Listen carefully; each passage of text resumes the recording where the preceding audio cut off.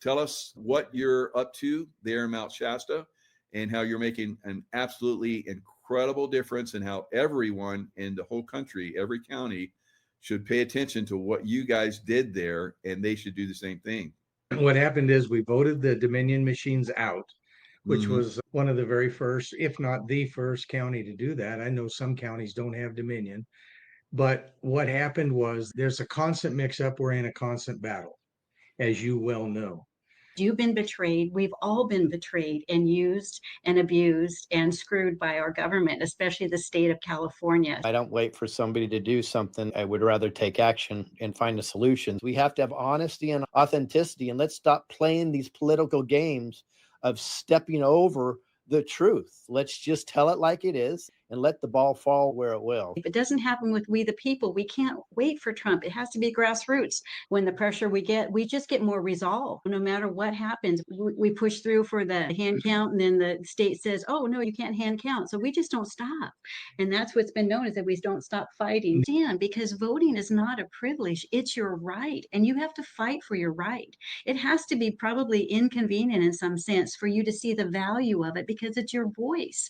And if you give it up and put it in a mailbox and you lose custody, what value is that? The thing of it is, like, one county can do whatever they can to control it. In fact, a lot of different counties are all calling to see what can be done and try to understand how they can control the machines. I don't care who votes, I care who counts the votes. Yeah, Exactly. And that's the point I wanted to make. It's very clear just by looking at your county results versus the rest of the counties. Now, in regards to education of we the people, a long time ago when I started my campaign, I said this: we're going to start as an education process, because the reality is we've been in a malaise worldwide for several decades. Word can't does not exist. I don't know how that got into our dictionary, but I'd like to eliminate it if I had any power, because we just have to find an issue, find the solution, and let's move on. We would not have had a COVID-19. We would not have child trafficking.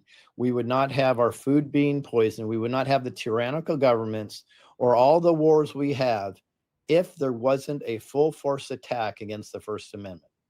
That's right. We were being betrayed by our government, and so grateful that we found Lewis Herms and Screw Big Gov a few years ago, because we're like, okay, we're not crazy. It is the government, and they've been doing horrible things to us.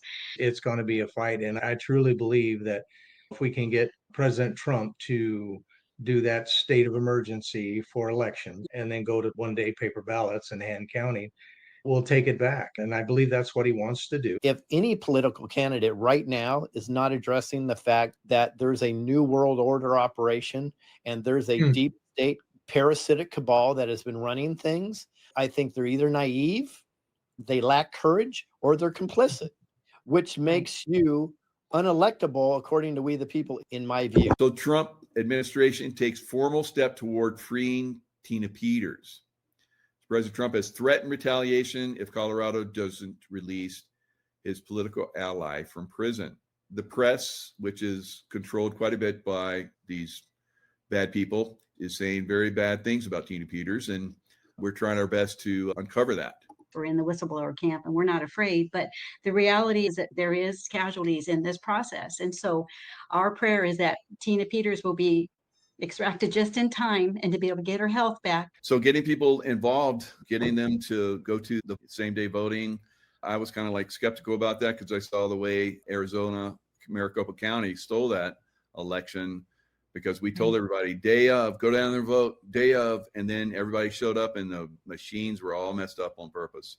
So on that site, that's ncs51.com, California State 51.com. That's great.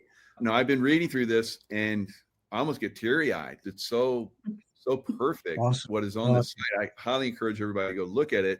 Now, if there are interested parties out there, let's say other counties here in the United States, if they want some insight, where would you point them? The website, of course, and then Paul Preston's on the radio every day. He's in the morning here from 6 a.m. to 9 a.m. every morning. So he keeps things current as far as what's happening and educating us all about what the Constitution provides for us.